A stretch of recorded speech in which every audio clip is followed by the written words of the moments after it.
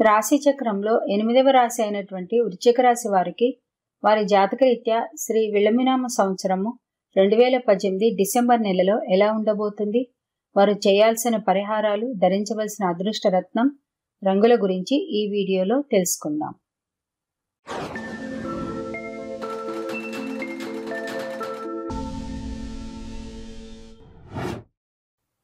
ఈ రాశికి అధిపతి కుజుడు.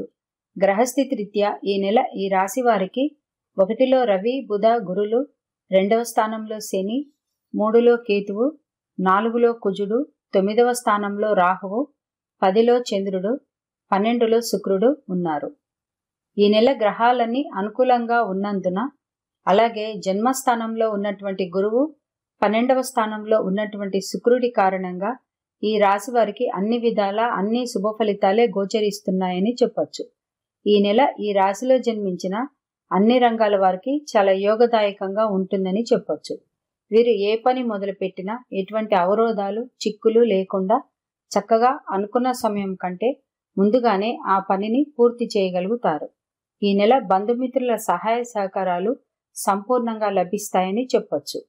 అష్ట ఐశ్వర్యాలను కలుగజేసే గురువు యొక్క అనుకూలత కారణంగా రియల్ ఎస్టేట్ రంగంలోని వారికి, అలాగే కన్స్ట్రక్షన్ రంగంలోని వారికి చాలా యోగదాయకంగా ఉంటుంది.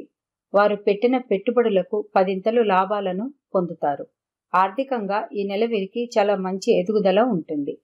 కుటుంబ సభ్యులతో కలిసి విందు వినోదాల్లో ఎంతో ఉత్సాహంగా, ఉల్లాసంగా పాల్గొంటారు. నూతన గృహోపకరణాలను సమకూర్చుకుంటారు. ప్లాట్స్ మీద, భూముల మీద పెట్టుబడులు పెడతారు. ఈ నెల ఈ రాశిలో జన్మించిన వారందరికీ ఆర్థికంగా చాలా బాగుంటుంది. నిరుద్యోగులు ఈ నెల శుభవార్తలను వింటారు. నిరుద్యోగులకు ఉద్యోగపరంగా అవకాశాలు వెతుక్కుంటూ వస్తాయి. వృత్తి వ్యాపారంలో స్థిరపడిన వారికి నూతన పెట్టుబడులు పెట్టడానికి ఇది మంచి అనుకూల సమయంగా చెప్పొచ్చు. ఉద్యోగస్తులకు తమ తోటివారి సహాయ సహకారాలు, అలాగే తమ పై అధికారుల ప్రశంసలు లభిస్తాయి. శుక్రుడి అనుకూలత కారణంగా కళాకారులకు, సామాజిక రంగంలో స్థిరపడిన వారికి చాలా బాగుంటుంది. కళాకారులకు వారి శ్రమకు, ప్రతిభకు తగిన గుర్తింపు, ఫలితము లభిస్తుంది.